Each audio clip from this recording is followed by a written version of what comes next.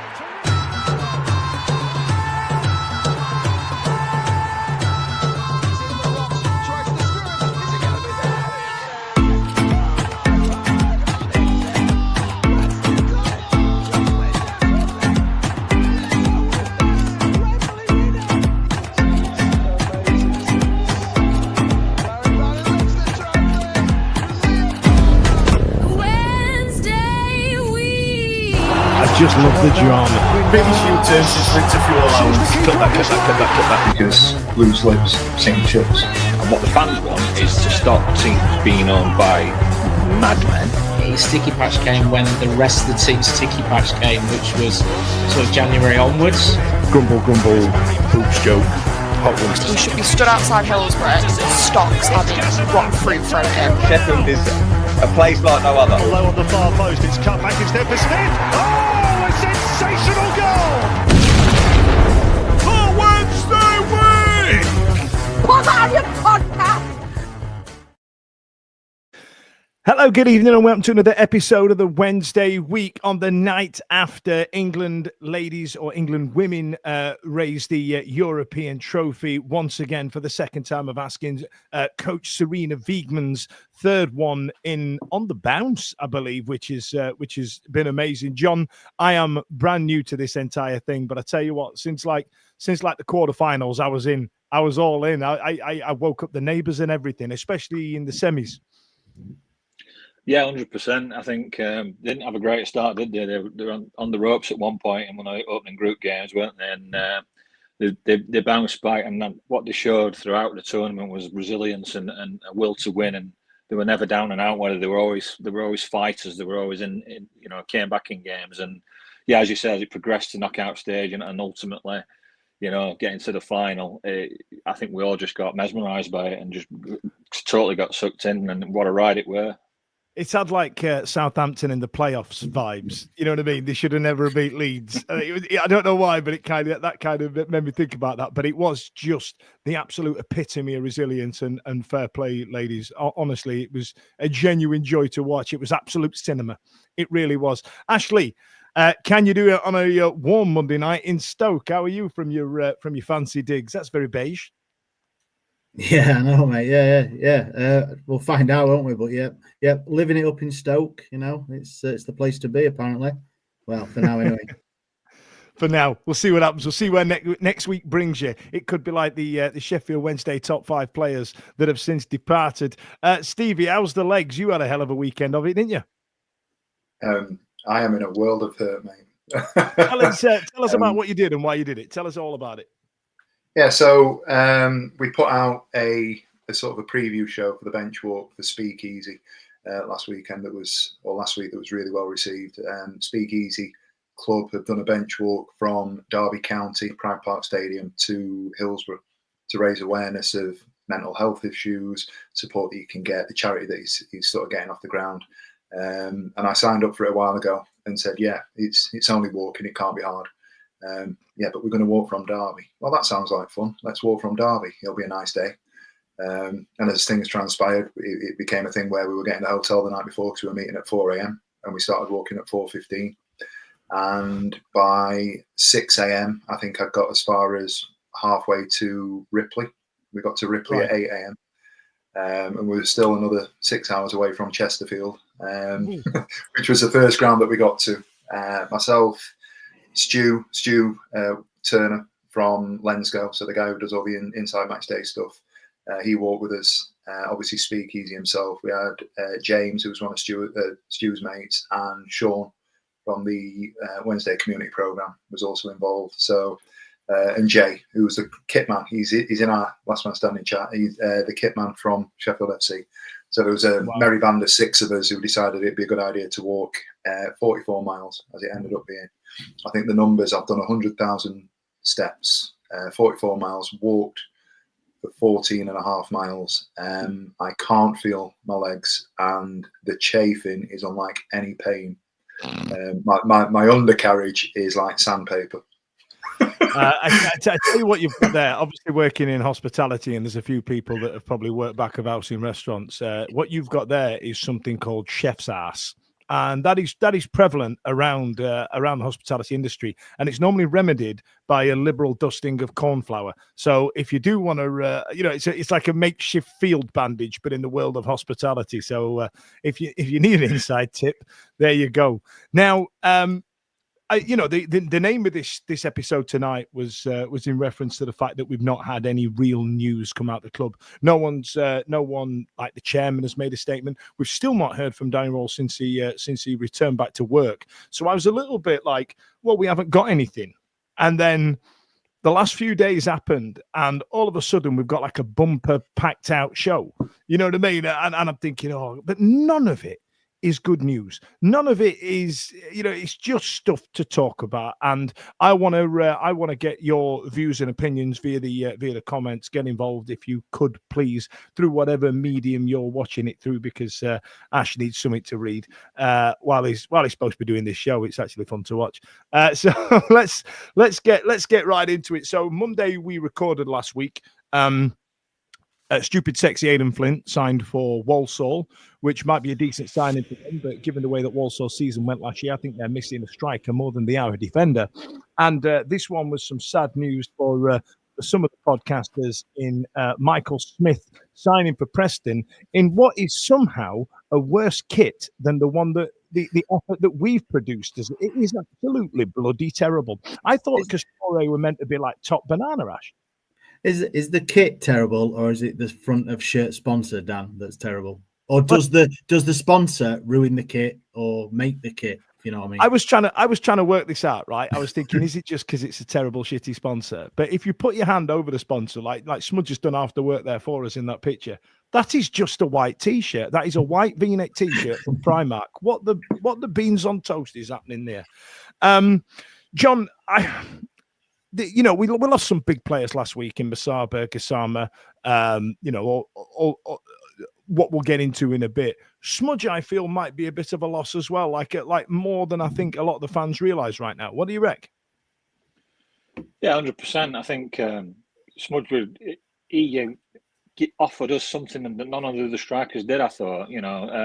Maybe with the exception of Lee Gregory, who got good hold at play, but obviously, he'd gone before that. But I thought it was a good pro. I think that's what people will say about him. He was a good pro. He'd been in and out of the side at times, being a substitute, but always came up with key moments, key goals, scored a tremendous goal, didn't he, down at Portsmouth, which will live long in the memory. And I think he was just an important squad player that, we still would probably need. Well, look at the squad, would absolutely need him, wouldn't we? Absolutely need him. So I think he is a big loss, and not just for what he brought on the pitch, but I think he was a generally liked character among the dressing room as well. And I don't want to stereotype, but Geordies they're easy to get on with, aren't they? I've always come across Geordies as being a friendly bunch, you know what I mean? So he goes up a little bit closer to home, I suppose. But yeah, it's a loss. It's no doubt about it. We'll miss him. Looking at current squad, he would still absolutely be part of that and get game time. So he's going to be a loss. Yeah, absolutely. Stevie, where I know you like a certain type of player. Where do you stand on the Michael Smith chat?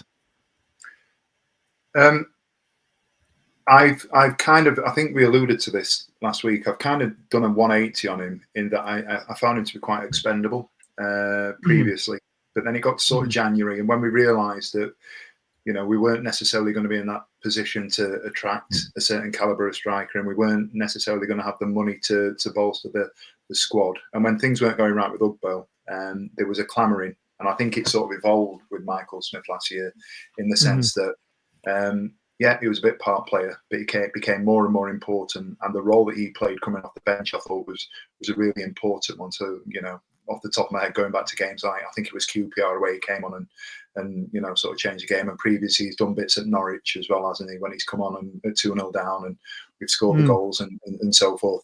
He's going to be a loss. I absolutely believe that he's going to be a loss. I just, with all of them that have gone, and to kind of temper it a little bit, I wonder if it's a loss that we're feeling more because we're losing players and not replacing them.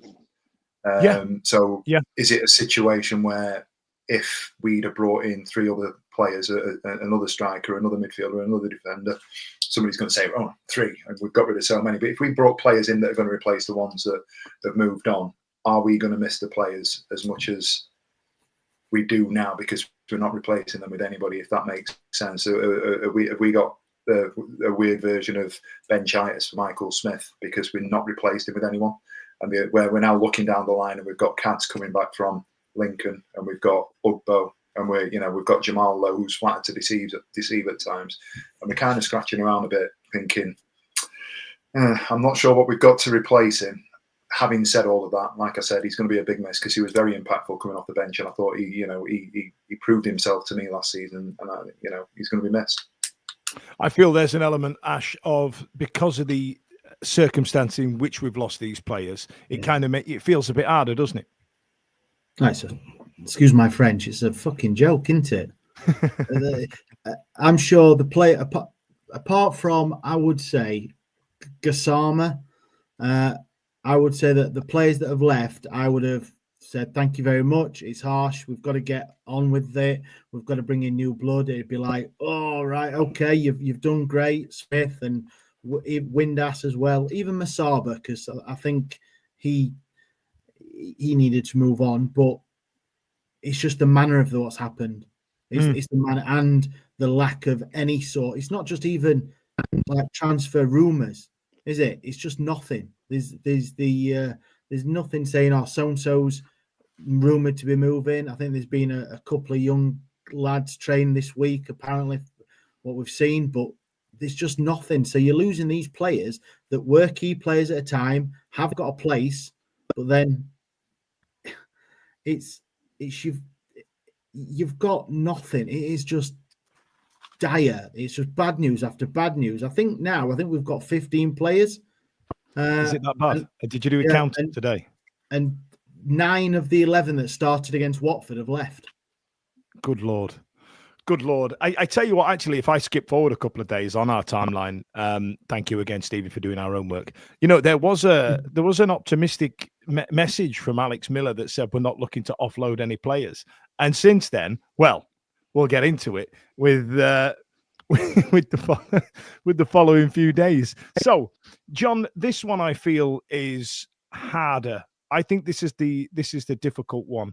With not only is he our highest scoring goal scorer in the 21st century, Josh Windass being pictured in a red kit with the word United splashed across the front of it just absolutely makes me unhappy. This is an awful time to be a Sheffield Wednesday fan. And I feel that this is one of the worst. The worst ones of the lot, if I'm honest.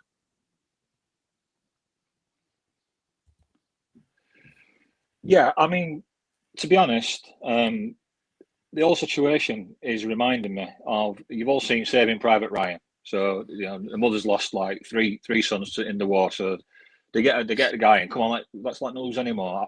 I feel like we're going to go in and, Saving Private Bannon, because he's losing all his pals around him. We're not retaining anybody. And we're just like, what's happened to Firmino? Gone. Oh, shit. What about Smith? Gone. Oh, no. You know what I mean?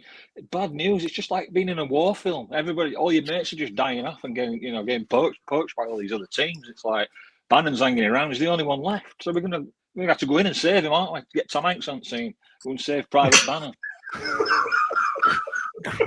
He's not even at the club either, though, is he? Yeah, does he even still play for us anymore? I feel like that's probably going to be a story coming out at some point as well, which I feel would hurt a lot of fans, but that's pure speculation on our behalf. Ash, what we got comment wise in reference to Smith, by the way, I didn't really delve into that. Not a great deal, to be honest, mate. I'll be honest. Mad Ward, Smudge and Pato were both a handful and shit kickers. I think we'll miss them both. Obviously, we'll get on to today's news later on. Yeah, that's about it, really. I think you're right. I feel like there is a role for players such as that, and it's best explained if you look who the goal scorers were against QPR away. One of those tiny small pitches where it's blood, sweat, and tears, and they're smashing the back doors out of each other. And there's no real room to play sexy football. I think Smudge and Pato are perfect for those types of games. If anything, I feel that Hillsborough is too big for them. Playing away at Pompey or playing away at QPR, those are Smudge and Pato games. But I guess we'll get into the latter in a bit, because in the interim, Stevie, it was also announced that Akin Famewo had signed for Hull City as well. Do you feel like, do you feel like this is a loss, but also do you feel like this is something to allay some of the financial issues that we've got with Hull City? Well, when you talked about financial, I'm glad you put the Hull City one in there, because we're not losing anything from a wage perspective, are we? Because he wasn't our player, and we tried to re-sign him. So it's a good. You're absolutely right that there's something potentially there, that a bit of business has been done. I don't think anybody will know that one way or another anytime soon. I think it's a loss. And when you think about that question that you just asked around the Hull City issue, it wouldn't surprise me, because I don't think Famewo moving to Hull is a better move for him necessarily. I think if there's one team, if you look at everything that's happening off the field, if there's one team at the moment that is going to struggle anywhere near as much as we are, I would suggest it's probably going to be Hull, based on everything that is going on there. They've got similar embargo issues. Obviously, nothing as severe and drastic as what is happening at Hillsborough. But it just felt like his ceiling was a little bit higher. Pato, all right, he's a certain type of player, and we'll discuss him later. Gasama has moved on to bigger and better things. Whether you want to call Scottish football better than Championship football is a conversation within itself, isn't it? But Rangers are at present competing in the Champions League in front of 50,000 people. We can't compete with that at the moment. So it's a good move for Gasama. Masaba going out to Turkey is a bit of a lottery, because you can go out there and, make yourselves and go on to be a Deli Bashiru and find yourself playing in Serie A in 3-4 years' time. Or you could be I think Dele Alli went out there and didn't necessarily do as well. So those sort of things could happen as well. Famewo, for me, was an improved player under Danny Rule. I thought he got better playing at the left-hand side of a three. I thought he was more effective. I think he trimmed a lot of weight as well. He was a big stag, like muscle. He was jacked. And I think he slimmed out a lot under Danny and worked on fitness rather than strength under Rule. I absolutely agree. I think he looked like an athlete. I think he's, the bits that he's done sort of last pre-season to get himself into the conditioning that he did this year. And I think the injury came at a really unfortunate time. And had we not had some of the injuries to Famewo, to Lowe, and to maybe one or two others, who knows what would have happened last season in terms of that playoff push, regardless of what was going on behind the scenes. I think it's a loss. I think he's of an age that we could have kept him, and he'd have been a saleable asset if we'd have secured him under a new contract. And I think that was potentially something that was happening. He was in and around the club. I understand he was down at St George's Park. So it doesn't strike me as him being somebody who was desperate to leave the club, whether or not things happened off the pitch. I think circumstances have played a part in meaning that he's had to move on. And I think that will be a theme that plays out over the next sort of few days when, everything comes to pass. I think you're right. Ash, this is the worst one for me. I hate this, but I'm happy for him. During all this entire terrible week that we were having, it was confounded as well that Jeddy Gasama scored an absolute rip snorter for Rangers in the Champions League, coming on as a substitute in the 74th minute and smashed one. Something that we've seen as Sheffield Wednesday fans, the one where he goes marauding down the left-hand side, cuts inside and smashes it in the near side beams. We're going to miss him, aren't we? Yeah, but I think it's gone now, innit? I don't think we can, if, buts, maybes and everything, we cannot. We've only got looking backwards at the minute, haven't we? We can't look forwards. So at the minute, we've got to look at players that we've let go for whatever reason. I think there was a lot of talk about, obviously, how much he went for, and I believe that was his contract was paid up. They didn't offer 2.2 million. That was how much his contract was worth. So they paid his contract up, apparently. So that's that. He's gone. There's nothing we can do about it. We can keep posting on it and everything like that, but he's not our player anymore, unfortunately. And then that's it. Yeah, great. A lot of speculation about whether we had the nous to put in a sell-on clause. A lot of speculation about that online, wasn't it? Do you want? Well, there won't be one if he's paid out his contract off. There'll be no clause. So I imagine that will be a big fat fuck all.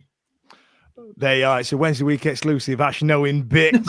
No. It's not. It's not.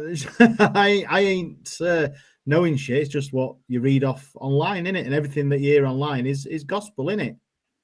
Ladies and gents, Wednesday week ITK. Hold tight, kids. It's advert time. Hold tight, kids. It's advert time. Sorry, John, I cut you off there, didn't I, with okay, the advert break. Go on, mate. I was just going to say, I can't actually bring myself to watch that Gasama goal. I know that might sound a bit petty, but I'm just like, the whole situation is just like so, cheese me off that I can't even be bothered. He's to cheesed him off. To look at Harsh words from John there. Yeah. Harsh words. He's cheesed off. But I don't know. Like you said, it's just we sell Gasama so we can weld the North Stand or something like that. You know what I mean? Just this is the times we're living in. In it. Ash, what was that? What was that comment from Stu there? I ain't knowing shit. Clip that. I'm putting that in the opening credits, mate. As you can see, we've changed them up a bit, and I'm going to just keep changing them as the season goes on. Because at the end of it is that smudge goal against Pompey, and it's just going to make me upset as time spins on. Now, Stevie, if we go to the squad development piece of the show, Alex Miller, again, like I said, borderline optimistic, saying that there was no plans to get rid of any more players. And then something happened that I don't think Holly is going to recover from. And I wanted to come to you specifically about this because I know you've been a detractor of his at certain times, not constantly, don't get me wrong. I know that there's an element of, report what's there and talk about what we've seen after we've given it the eye test and things like that. But Callum Paterson announced on socials that he's leaving the club. And then within about 8 minutes, he was announced as a Milton Keynes Dons player. Which is absolute beggar's belief to me that we're losing out to players to MK Dons as well. And I think he will absolutely tear that league up. He's big and physical enough to be a difference in that league. Yeah. I've got quite strong feelings about this one because I think it's the movement of him to MK Dons today sort of signals in my head where we are as a club in terms of what's actually going on, and we don't know what's going on. If there are NDAs that have been signed because people are potentially involved in takeover discussions and things like that, nobody should know. So anything that you see on social media shouldn't be gospel. It shouldn't be the truth. But one thing you can do is put two and two together and think if Callum Paterson has been in and around things. He was training independently before we started pre-season. When we went back, he's been down at Middlewood Road. He suddenly reappeared and was linked with being involved on Saturday. And then at the last minute, it seems like he was pulled from that game against Mansfield. For him to now not be a Sheffield Wednesday player is a damning indictment as to where we are financially in terms of this week being a really big one, with wages due and the embargo that still exists, and whether or not we can afford to do bits with the current squad and get players over the line. If we're still restricted to a £7,000 a week salary cap and he can go elsewhere and get more money than that, then it's a short career in relative terms, isn't it? Certainly if you're playing at this sort of level, it's not like he's going to be on mega bucks and be able to play 2-3 years and then go and retire. He's going to be a man who will be living within his needs largely. So my worry for the club with Paterson going is that we couldn't keep him, and I think he probably wanted to stay. From a on-field point of view, he was a cult favourite. He was he was quite divisive at times because he was sort of rough around the edges, wasn't he? But he was a character, and I gather he was very well liked by the players and the people around the place. And he's always spoke very highly of Sheffield and Sheffield Wednesday as a fan base and a community. And this one stings a little bit for me. Yeah, I think you're right. I think it says a lot without actually saying it, doesn't it, about where we are as a club? And I mean, John, he scored that goal that sent us into raptures, the fifth goal against Peterborough after Hillsborough fell silent after Lee Gregory's OG, it turned out to be. I was mortified at that point, and I lost my absolute mind when Callum Paterson did his little point. He will always be a legend for me, and I find him frustrating. I find him hilarious, but I find, in terms of effort and in terms of leaving it out on the pitch, there is very few finer. You know what I mean? You were talking earlier about the Lionesses and leaving it out on the pitch. We're going to miss him, aren't we? Yeah, we are. We really are. As you say, he scored a pivotal goal in that game, and incidentally, after Gregory had done that own goal, first and probably the last time in my life, I said, we're not done here. We're still gonna win this. And then, of all people, it's Paterson, such a character that he is, and being in the right place at the right time. He did another one who scored some key goals for us. Another one like Stevie mentioned earlier.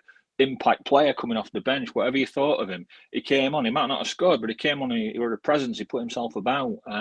He rubbed players up wrong way. One of the only few players that we've probably had that does that. Not no nonsense and all that. So, but to lose him to MK Dons, I mean, to lose anything to MK Dons, I mean, you wouldn't even lose your virginity in Milton Keynes, would you? In fact, if you lost your virginity in Milton Keynes, you'd lie and say it was actually with Cambridge, mate. You know what I mean? You just wouldn't happen, would it? Wow, that's a couple of road gags early doors, that, John. I'm a big fan. Did anybody have Saving Private Ryan and Losing Your Virginity in Milton Keynes Dons for tonight's episode? And it's normally me that comes on the flak for this sort of thing, John, I must admit. What have I done? Ash, I was going to say, if you're more controversial than me, John, then I don't know why we're here. Ash, what we got comment-wise, and then drop in your memories of Pato. Yeah, I'll do mine first while I scroll the comments to find some. Yeah. Yeah, mate. I really took to Pato. I think exactly echo what everyone said. You want that type of player on the pitch. Looking at the season that I no doubt think we're going to have, you're going to want people in the trenches. You're going to want like blood, shit, snot, all the things you're going to get from Pato. And yes, he's not the most technically gifted. He's not pacey. He probably has not got the best shot or anything, but he's got 110% in him, Ante. And like I said before with Smudge, yes, you'd probably move him on. Thank you very much. You've done a great servant last 5 seasons.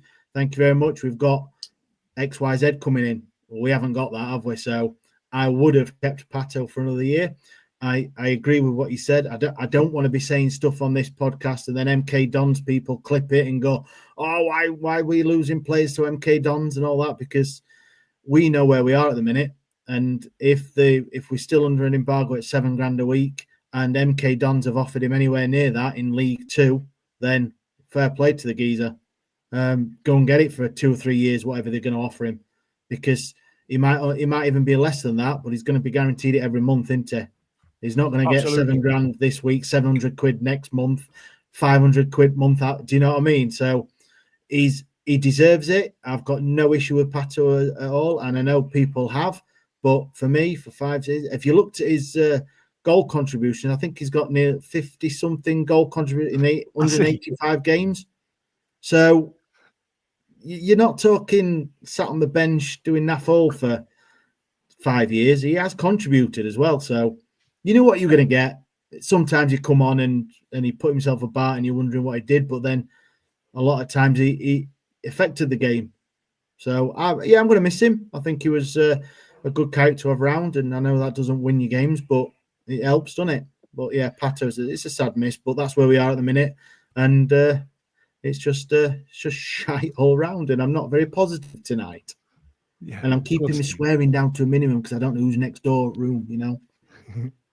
I think that's a really important point to make there, Ash. When you're talking about the characters around the dressing room, the people that you've got in and around there, it's dawned on me that if you look at the players that have moved on in terms of Paterson, Smith, Windass, there's a nucleus of the club, there's a nucleus of the playing squad that's there. If you look at anything inside match day, you look at anything that the club puts out, who are the players at the front and centre, and largely it's these players that we're talking about that have been moved on. So Masaba and Gasama had a great relationship. They'd be in and around it with Ugbo, and you've got those players that are going out and you're clipping little bits here and there. All that's gone. So when you go into that changing room now, you're looking at it. And I know it's a professional football club, and it doesn't come down to this being the be all and end all, but you've got to have that banter, those relationships, that togetherness. And if you're in a relegation battle like we are going to be, and there's no getting away from that, we're going to be in that sort of situation where we're clamouring to get something out of games week in, week out. You're going to need that in the trenches togetherness. And I don't know if we're littering the side with, let's say it happens and we manage to keep Bannon, you've got Palmer in there, and you've got potentially an Iorfa or a Low that will stick around and sort of say, right, we're going to see if we can get it out, get out of this. You're then looking down the squad, and the senior players next year could potentially be Bailey Cadamartri and Rio Shipston.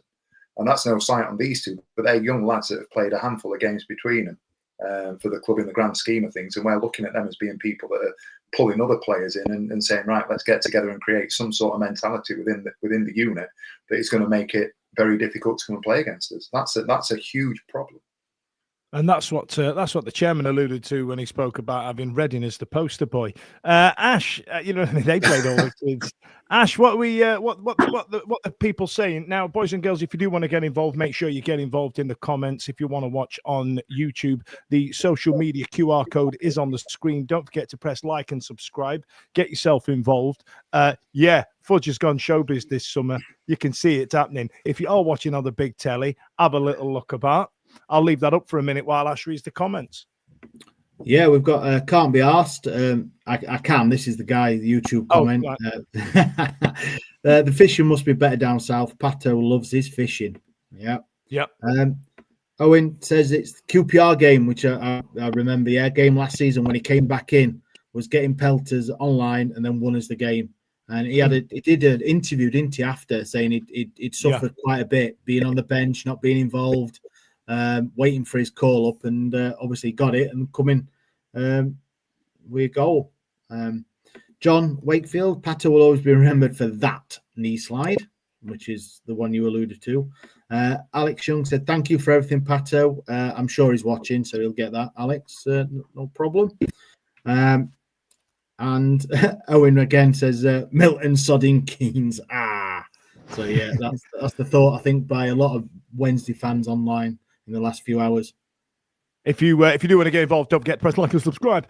Okay then. So thanks, Ash. There's been some other chatter around the Sheffield Wednesday sphere, around the ways, John. So I was there on Friday at Tramlines because I like pulp. Who doesn't like pulp? Pulp's good. Apart from the children in their bucket hats that were at the front and their retro football jerseys that came out when I was in my 30s. So that's not fun to see.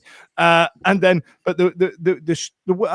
a good few people actually. It was genuinely dead nice. If you did come and say hello, thanks a lot for not pulling my shorts down when you see me or spitting on my back. That was dead nice. But there was a lot of chatter about the North Stand being condemned at the start of the season. We spoke about the North Stand before, and we spoke in depth. Stevie alluded to it last week, talking about the disparity in prices and where these people are going to sit and things such as that, which I completely agree with. You've paid to sit in a certain area, and if you just get dispatched to the West Lower, you aren't paid for that. And if you get sent up into the grandstand, you've not paid enough for that. And whereas the people already in the grandstand already have, you know what I mean? So there's a lot of that chat, but there was also a rumor circulating that we were going around Yorkshire looking for clubs to ground share with. It's become that bad.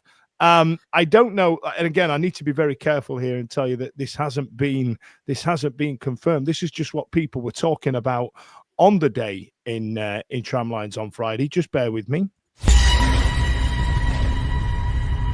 The rumour mill. Got to make sure I get that out because that's my allegedly there, John, right? So, could we be playing at the New York Stadium? Is it big enough?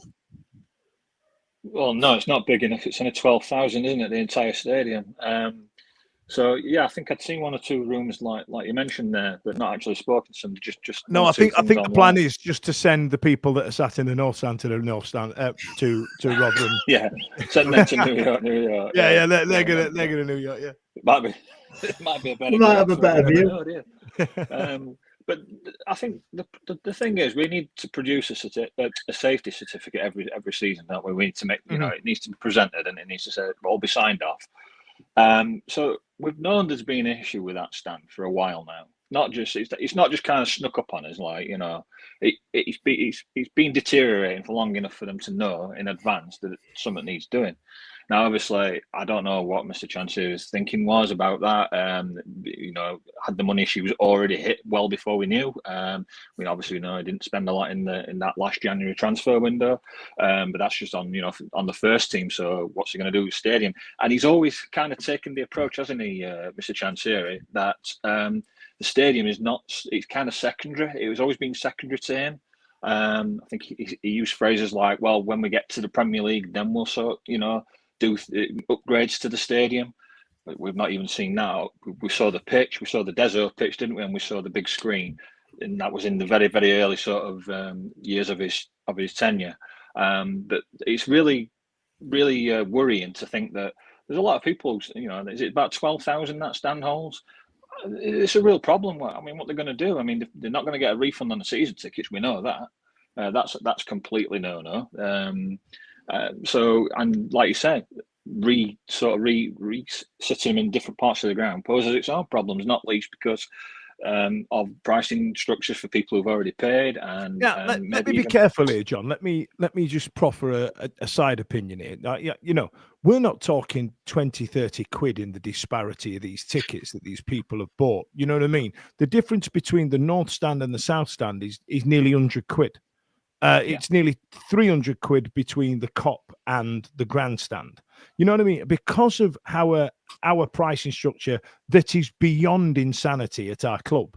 That's why it's posed this problem. If there was an issue, let's say the difference was, 30 quid. I'd be like, nah, lads, come and have a seat. Let's try and make it a cauldron or and all the other phrases that come with it. But and you know what we're like in Yorkshire? We don't like unfairness. But, you can't be unjust. It's a trait that I'm proud of being from Yorkshire. There needs to be a fairness to it. How has he got that and I haven't, and we do the same thing type of thing? You know what I mean? Because the prices are so high. That's why it's an issue, right? 100%. Yeah, because they can't. There's no way for them to subsidise it because they've got no money. So they can't say, well, we're going to sit them in this and we'll give you like a partial refund or any kind of subsidisation, whichever way around it would be. They can't do because he's not got the money. So it presents its own problems because it's like, wandering into first class and somebody saying, hang on a minute, economy's that way. And people get really antsy about it and rightly so because, they've paid for that privilege to sit in the grandstand or to sit on the south stand, and they're gonna feel like it's not their problem. So why should they have to pay full whack when somebody else is going to be sitting there because of an issue which they've known about for long enough now hasn't been rectified, and that's the issue with the north stand and the structure of it. But he's still going to have to appease however many people on the south stand that have paid more money. Do you know what I mean? And there's going to be certain people that will go, well, that's not fair. I'm not happy about it. I'm going to sit there and take it. But of all the people that have paid on the south for the season tickets, if you're then finding yourself in a situation, if it does get to it, where we talked about previously, if the north stand come and sit on the south, there are going to be people that are creating problems for this football club in all the right ways because it's not right. It's not fair. It's not the right way of doing business. There will be people that will be contacting advice bureaus looking at what they can do in terms of getting refunds, what they're going to do in terms of the next steps, because at the end of the day, if you're a family of 2, 3, 4 and you're paying out however much, you're paying more than the people on the north stand, there's got to be some sort of compensation, hasn't there? Mm-hmm. Absolutely. I feel that this is going to be an ongoing issue longer than it needs to be because the chairman's essentially gambling with people's happiness, and has been for a while. Let's not fart around the poo on that one. Ashley, have you got anything to add? Do the people in internet land have anything to add? Oh, they've got plenty to add. I've got nothing to add. I mean, unfortunately, we've got way bigger problems than refunding people 80 quid for a season ticket, aren't we, at the minute? And that's harsh because it is people's money and things, but there isn't. It's an hard one because is there any money there to refund? No. Would he have to give you 10% off in the club or give you a voucher for a shirt that no one wants to get because everyone's boycotting it? And he'll sell fancy Ingleton or something. That's what I'll happen. They'll be like, oh, you want your money back, do you? Well, I'm going to sell the big sexy man.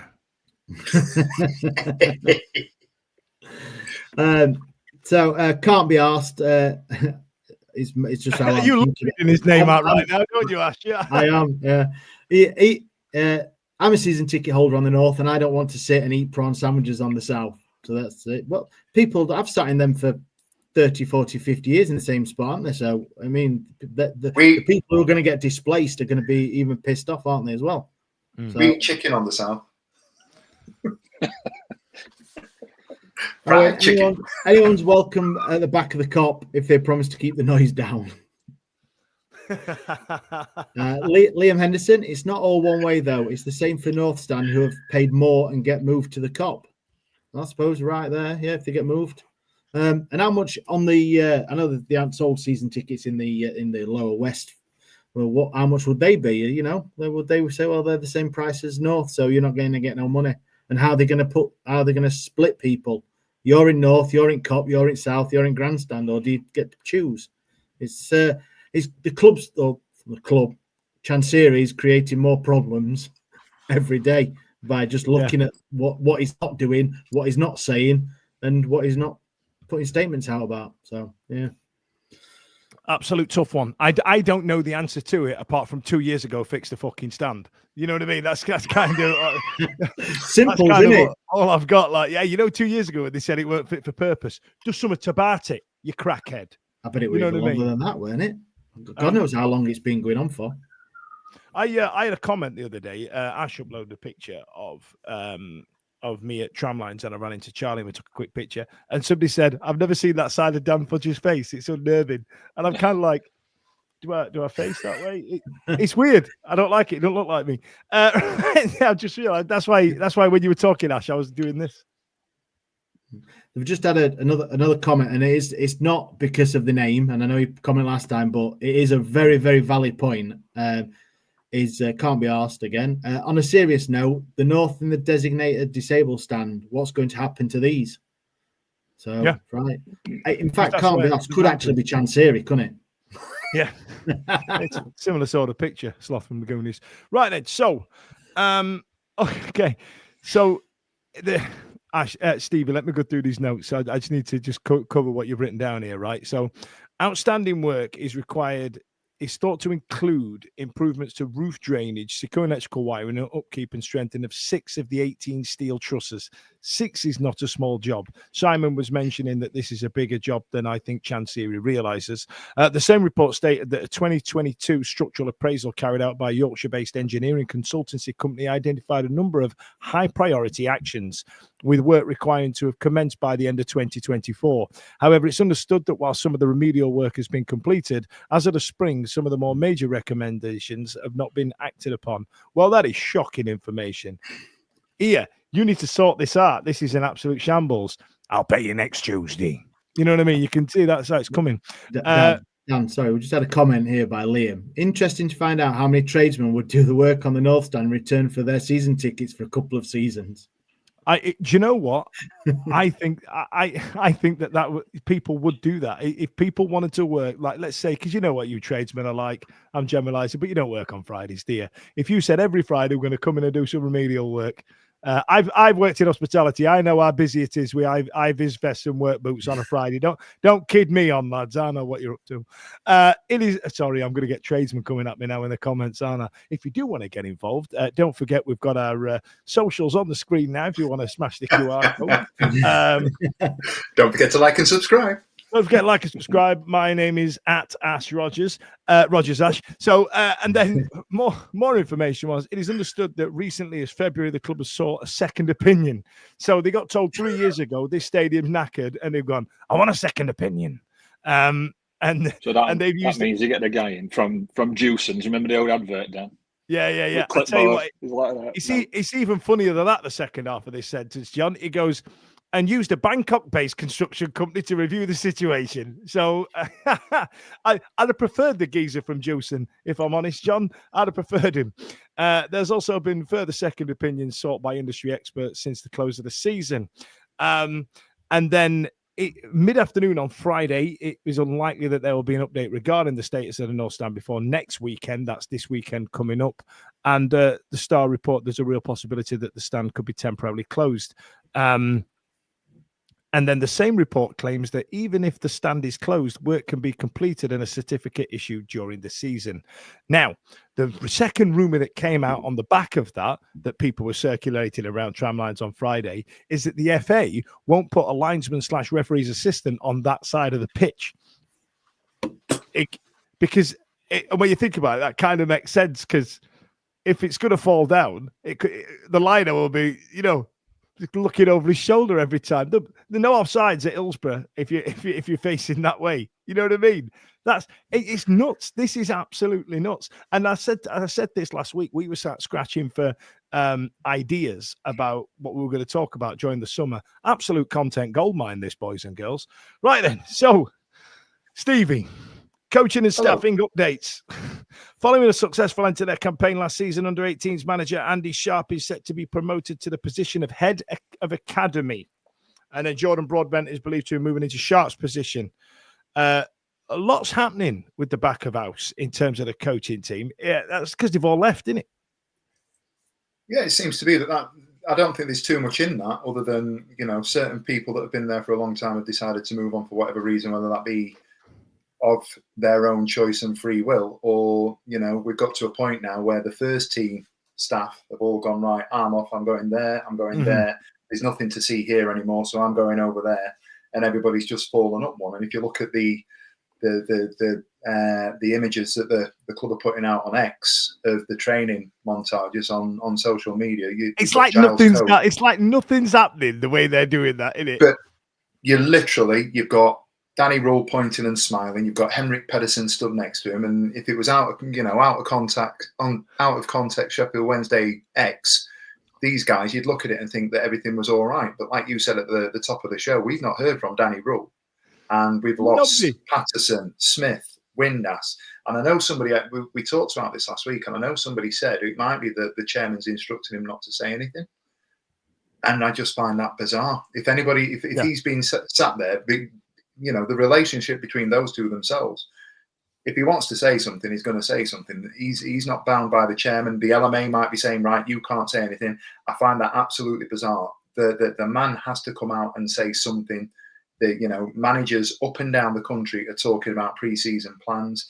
It would make total sense for me. And, we know what's going on in terms of the players moving on and what have you. But if you wanted to sort of allay any sort of discontent among the crowd, you get the man at the top to go, right, this is what's happening, to keep everybody underneath on side. And it won't be the case, because we're football fans, and football fans are batshit crazy, and we'll do what we want when we want. But you want to hear some sort of message of content from chairman, from manager, from whoever it is, and it's just radio silence, and it makes no sense whatsoever. And what exacerbates the situation, what amplifies it and makes it even worse, is the fact that you're seeing these images of Danny Rule pointing and smiling in front of the man who has been, perpetrated as being his replacement, depending on who you want to believe and what's going on. And then in and around that, you've got, as I start to say, Giles Coke, who 4 or 5 months ago, I'm in the academy now, and now he's working with the first team. And there's been no announcement there. It's just, I've moved up, I'm now working with them, and you can see it, but nobody's saying anything. So it's a tough one. Ash, there's some absolutely glorious comments there. Put Rob Shirley's up, because that, just to echo what Stevie was saying, because that really made me laugh. So Rob Shirley has got breaking news. Doris, there's a new DOF. That's it. Well done, Doris. Doris, the tea lady, getting promoted to director of football. That was some great delivery of that, Ash. What else? What other comments have we got? Mad Ward, you can't make this shit up. He's on about the comments and not this show. You can. Yeah. Next season, Sheffield Wednesday matches will be shown exactly on board. Actually, have you had a stroke? Have you? Why? Is What? it a delay? Yeah, I'm in hotel Wi-Fi, aren't I? I'm on hotel Wi-Fi. Right. Going to be an interesting first match presser. There's not going to be one though, is there? No. I can't see how there'll be one. Alex Miller put something on X earlier. Said that I think the first time that I don't know if they're contracted or anything. Is the match before day before presser to the match. He reckons that's the first time they'll get a chat with whoever's in charge. But then there were that, because like to go back to what Stevie was saying earlier, then there's that rumour that Pedersen was basically offered the job, so signed on, thinking I'm going to get this gig. Then Rule comes back, so it's like, hang on a minute, what's going on here? And you can imagine that there's like them little plaques on door that say manager that you can slide off. You imagine that like Rule walks down and slides it off, doesn't it? When Pedersen's in, and then when Pedersen's looking round corner when Rule's not there, and he slides it back onto the manager. It's just a shambles, man, isn't it? You know those doctors' offices where they slide is in, is out. They've got one of those like doors on the front of the name tag, and they just like got Danny's name and Pedersen's, and whoever's in just they slide over the other name. Like, I know how that works. I've seen it. Right then. So then we get to matters in the trust, Ashley, and I'll come to you about this. So the Supporters Trust share a call to action imploring any supporters who've received a season ticket refund. Sorry, tell me about this because I'm out the loop on this. I missed that. I was working all day. Is that something you're au fait with, Ash? No, not seeing it, mate. Sorry about that. All right, these are your notes. Can you elaborate for us? Because I've missed that one. It was literally they every now and again they'll put out a statement. You'll see the Supporters Trust that goes up, the logo, and certain people will copy it, post it, retweet it, comment on it, share it on social media. The trust have basically come out and it's a call to action, and what they want is the supporters who have lobbied for and received season ticket refunds or are looking to do so, or if they're waiting, so they've contacted the club and said, right, I want a refund, and they're waiting for a response from the club. The trust want to hear from them, because what the trust are now doing is they're getting legal advice. My understanding is they're looking at legal advice to see whether or not the club is acting lawfully in recompensating anybody that's asked for a refund. So if you, Dan, said, I want a refund, and the club say no, are they doing so legally based on the terms of the season ticket, terms that you've asked for?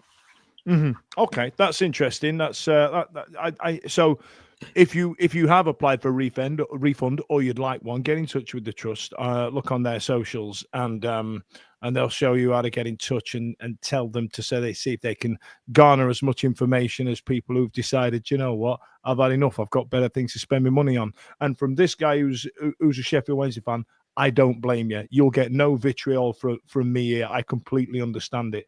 You know, you've got these people that go, and I feel like we get rinsed as football fans, especially Sheffield Wednesday, that we talk about the other bits that come with it, us meeting up together, sharing that time with our family, the fact that we've been going all these years, and all the other stories that we spoke about over the last year on this show specifically.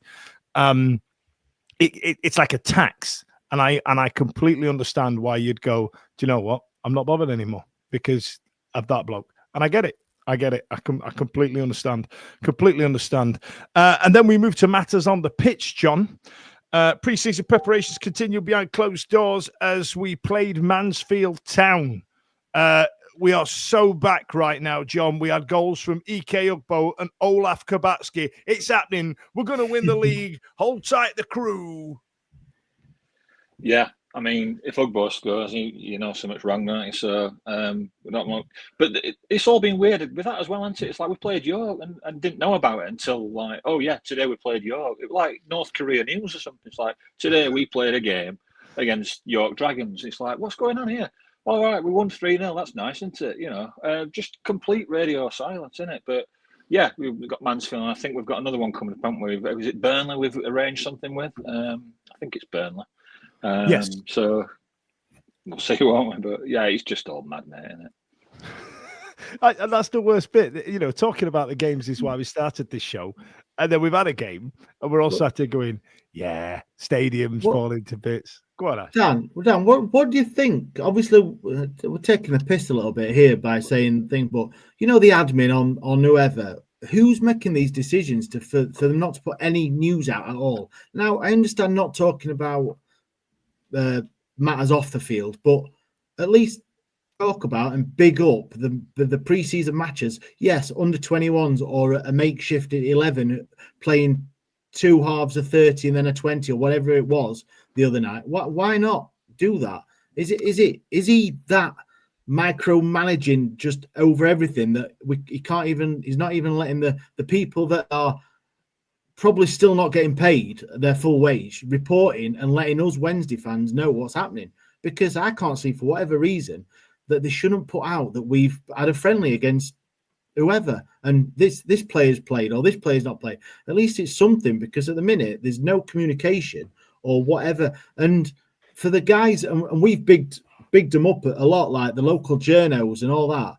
And then when they put any tweet out, it's "we understand" or "I'm led to believe." That's fucking bollocks, isn't it? That they can't actually put, "Oh yeah, these guys played" or "this guy played" or anything. It's all hearsay, even from the local journalists. They're not allowed to actually say, because when you say "understand," that means that they've not actually been told, they've heard it from somebody, or do you know what I mean? Or they're led to believe. It's absolutely takes the piss. And it's getting really frustrating that every time you open your phone or look on X or Facebook or wherever, or even bloody LMS chat, it's just miserable shit all the time. Every day. There's just nothing positive about the club at all. Whoa. Apart from the people, apart from the people who are still going to work at the club who probably haven't been paid, and they're still trying to churn out all the stuff and getting all the vitriol from fans because of season tickets or XYZ. They don't deserve that, do they? But we're frustrated with all the. Sorry, I'm ranting. That was absolutely bloody brilliant, and that's going to be tonight's Hot Topic. Is there a North Korean banning silence order? Seriously, like there is an element of that you know, we should be celebrating success. We should be able to put out some things that are positive news. You know what I mean? Any news, isn't it, as well? There should be something coming out, something that will make us forget just for 30 seconds that there is something else going on. Because Ash, in terms of the friendlies, that's a really good point, right? Because what there is, the reason they're behind closed doors, obviously, is because they'll think people are going to protest at someone else's ground or at ours. You know, we don't know if we can play on the pitch, so they're not going to be at Hillsborough. We're kind of robbing those, dare I say, smaller clubs of a bit of gate receipt as well, much to their chagrin. There's genuinely an issue there, and I feel like Chancery and, dare I say, Braithwaite and Son have made this pact, this arrangement to try and stem what information comes out of the club, because they don't like what comes back the other way. And to be fair, Chancery, I'm glad it's coming your way, because all of a sudden, every other club that's got a pre-arranged sponsorship deal with Carabao, the drink, they're putting their tweets out, their posted tweets, as are getting deleted straight away. We've got no positive match reports coming from these friendlies. Joe and Alex are, I believe they are being told in the correct way, but you're right, there is a bit of a caveat there, and there would be some journalistic reason why that's in there, like some kind of I don't want to say get out of jail free card, but there is an exit on that, which I completely agree, because they've reported on this club for a long time and they know how things can change quickly in football. So led to believe just kind of negate that it's it's an in the moment thing. Stevie, what about you? I mean, would you want to read about a win against Mansfield Town? I'd like to know who played. To be fair, I think, was it Joe put out the 45 minutes, the 45 to 90, and then the 90 to 120. So I think you can see that, but it's not come from the club. It's come from Joe, and it wasn't a graphic or anything like that. It was just a post listed the players, and if you weren't properly looking for it, I don't think you'd have found it, to be honest with you. I would want to know if there's any element of positivity. As it stands at the moment, I mean, I know it sounds really pathetic saying this, but I've looked at a couple of bits, and there was a lad from Wolves who's not kicked a ball in first team football, but because he was at Man City and then trained with the first team at Wolves last season, has been with our under-21s last week, and I'm like, oh, that's quite good news. We've got somebody who might come and bolster the squad a little bit. We might get a player over the line, and I want to read about it. I want to hear about it. I want positivity, as much positivity as possible. Having said that, I totally understand why the club are being quiet, because anything that they say, people are going to jump on. It's just the way that it goes. But that's social media anyway. It is. I'm gonna let me just proffer a different thought process on it. I do want to be balanced, right? If we get spanked 5-0 and we go final or defeat and then just put the final score up, any team who gets a beating, there will be vitriol in the comments. And you know how I deal with that? I just don't look at them. You know what I mean? It's like this really millennial thing of people not, when you're trying to offer somebody a job and they don't answer the phone because they don't recognize the number. Look at me. When you're answering the phone, there's a big red circle there. And if you don't like what the other person's saying or they're under the phone, you press it and they're not saying it anymore. Grow up. Like, you know what I mean? We, as a club social media account, you do have to put out positive and negative news. And unfortunately, because of the decisions made by the chairman over the last 8 years, there are going to be some nasty comments. Of course they are, but that's all they are right now. That's all they are. But I hear what you're saying, and I agree with what you're saying, and I'm exactly on the same page. But I think where your argument there, I think you're looking at the wrong people. And I don't think the social media people are the people we should be looking at. I think this has come from the top, and I think the top have gone to use, if you want to use John's analogy in North Korea, there has been a blanket. This is what we are going to say. We're going to minimise any sort of communication that we've got coming from the top, and this is an edict that's come from the top. Whether it be, and you could look at it as being an out there sort of theory that, well, they're not getting paid properly, so let's reduce the amount of work that they're doing. And I know that sounds a little bit sensationalist. It could be that. But, at the end of the day, the social media team aren't suddenly going, right, we're not going to put anything out because we don't want to say anything in case people start having a go at us. I think they are. I don't think they are. I think they are. Let me give you another example, right? And let me just point out a comment here from John Wakefield. It's a fair comment, right? Would you bother post if you were not being paid correctly? There was an absolute blanket social media silence from Sheffield Wednesday when we were going through the worst of it, when we weren't paying the team, and I completely agree with it. But I feel that there's been a definite change over the last couple of weeks. Now, what was his name? The Italian fella that won the league with Manchester City, Mancini. Right. So when Mancini lost his job with Manchester City, and they moved to that geezer that looked like that Eagle fella from the Muppets, Pellegrini, right? There was this big newspaper article of him stood there in his scarf, and it said, "Thank you, Man City fans," and all that. Were we at this point being led to believe that Mancini was sat there looking through fonts and swatches and which picture he's going to use and stuff like that? In the same vein, I don't believe that Chancery has sat there and said, you can tell them this news and you can tell them this news, but this news will not tell them. We'll cut down on how much is going on. I think that is a contrived might be a harsher word. That is a controlled effort to try and stem shit comments coming back the other way from the social media team. I think, or the comms team, and I think Trevor Braithwaite, and I can see why he's done it. This is not me having a dig at Trevor. I think that this is a thought process that they've gone down to try and stem what's coming back the other way, to try and reduce the conversations online. I am not having it that Chancery will sit there signing off on which article can go out.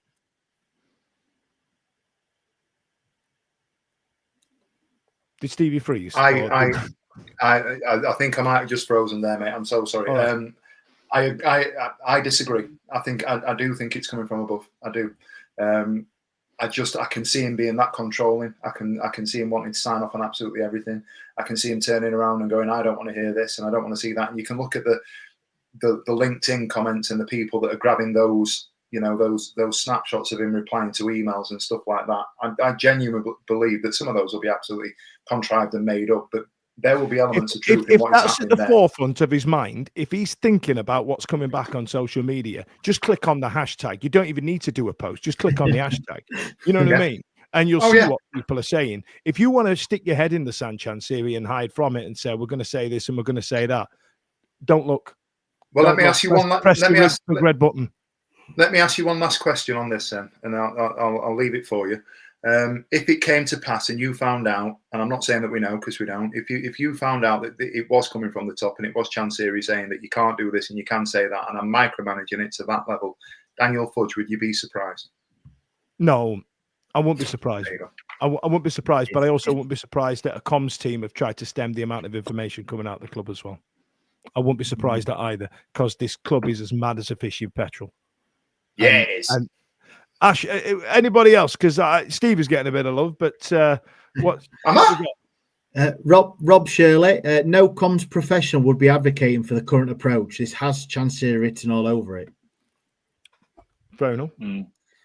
Is it Nick? Is it a professional though, or is it social media team, also the kitchen staff? It's the director of football that's just been promoted from tea lady, isn't it? Steve DJ, Risky White, great name. Chansiri really is a petulant little child, isn't he? Yeah. And that's why it wouldn't surprise me, because of that. I agree that there would be, he would sit there on his phone reading the things about him, but if he was that self-aware, he wouldn't have posted a picture of him and his family outside that fancy London restaurant. Yeah, it's just weird, isn't it? Because you get like, you hear about games that have been played like after the event, and like we mentioned York earlier, you hear that, and like, well, why didn't you give us a live update with that? You know, people might want to follow that, despite the mess that we're all in.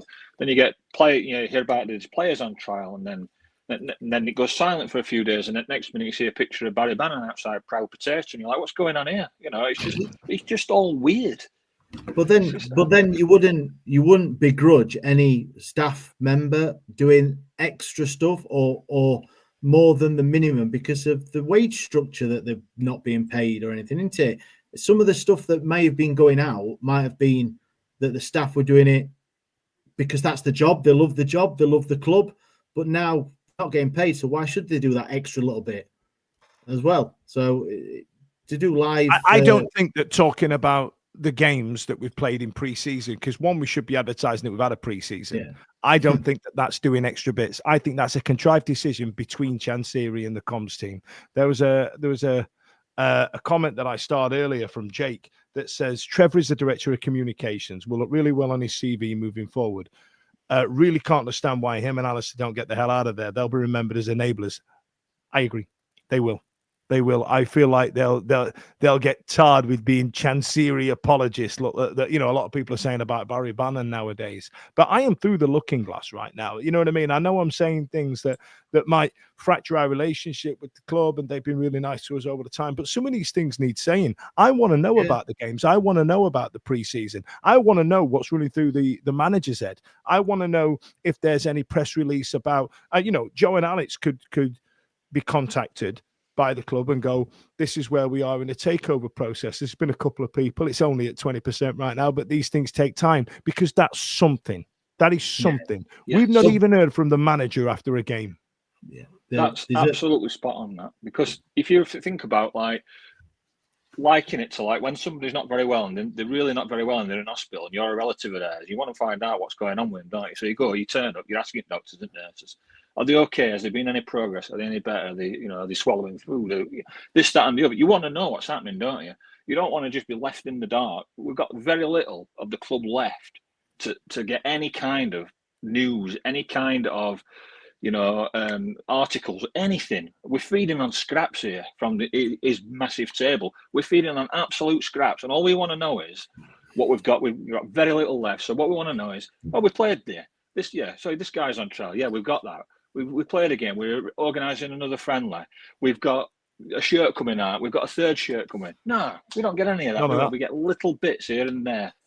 None of that. This third shirt now has all of a sudden become this massive bone of contention because we've heard nothing about it, and it's been built up and built up and built up. And I can 100% guarantee that as soon as we announce it, vitriol is going to be a plenty. It's going to be a go-go. But that's all the club's fault, isn't it? They've brought that on. Yeah. It's not these decisions that we're discussing right now. Yeah. It's not anything that they don't know, because what is it now? Been over a year, Neil? A year, maybe? Was it September last year? It went on sale. So the club are just doing it all to themselves. Whoever it is, if it is the idiot at the top, or if it's some of the enablers, as you said, Dan. I don't think these people when we release, hang on, Stevie, when we release this third kit, let us do it. I don't want any money. We'll stand on the pitch, clip this, right? We don't want any money. Just let us do it. I'll in the yard on Sunday. Owls in the yard, just send some shirts down. I'll stand there. I'll flex one out. Boom. What about that? Like Johnny Bravo. And then just send it us. We'll do it. And then we'll make it about the fans, because I don't think that the social media for Sheffield Wednesday releasing that is going to get that kit with its old badge that should have come out in a lot of fanfare. I don't think it's going to drop in the... I don't think it's going to come across right. Let us do it. We'll do it for free. I just let's get the kit out and make it about the fans. Let's do that. Clip that. Go on, Ash. No, we had some comments. There was one here that come up earlier. Jay Blogs, are the club contravening the fan engagement plan as required by the EFL? Not currently, because he's part of the engagement panel did request a meeting, or scheduled a meeting with it, and that got cancelled. They have contacted the club for answers and not heard anything back. So it's basically silence from not just for fans, but obviously the engagement panel as well, and all the supporters groups that's part of it. They're not contravening it, because I don't know the exact things, but he has to have 2 meetings in space of 12 months or something daft like that, which he has had. Fucking hell. 2 whole meetings. Yeah, and one of them has to be in front of, which was the in January, the fan forum. So so not at the moment, but it's silence from everyone there. So it's a bit of a shit show in that as well. Sorry, Stevie, I cut you off there early on. What were we going to say? That was just a quick one before you went on your marketing campaign. I've been going to gym a lot. I've shifted 23 kilograms in the last 6 months. So you can see that. Let's do it before and after. I'm all right now. I've got a wonky jaw now. So sexy. I know, never right? fancied you. Look at me. I can release a kit. Suck it in. High-waisted trousers. Super quick. Just to go back and sort of give my last point on the sort of autonomy that we do or don't have. You can sit on those forums that Ashley's just alluded to. There is one person that's making decisions here, and I think if the people underneath that, whether we want to call them enablers, we want to call them people that are employees, whatever they are, I think that they are hamstrung to an extent in terms of what they can and can't do, what they can and can't say, and I think they would be very different employees if they weren't being, I don't want to use the word dictated to, but told what they can and can't do. I think he's focusing on the wrong thing, and I think if that is true, if he is going through every social media potential post and going, no, swap, got need, then you're a fucking idiot and you're tone deaf. Yeah, I agree, but I think it's the bigger picture. I'm alluding to the bigger picture there. I don't just think it's about the social media. I think it's about the day-to-day running of the club. I think we're threadbare in terms of the committee, in terms of the board, in terms of what we have behind the scenes. But I think we are there for a reason, and I think that reason is that the less people that can see what's going on, the less you can find out. And I think these people that are working closely with the chairman are probably very frustrated about what's going on at the moment.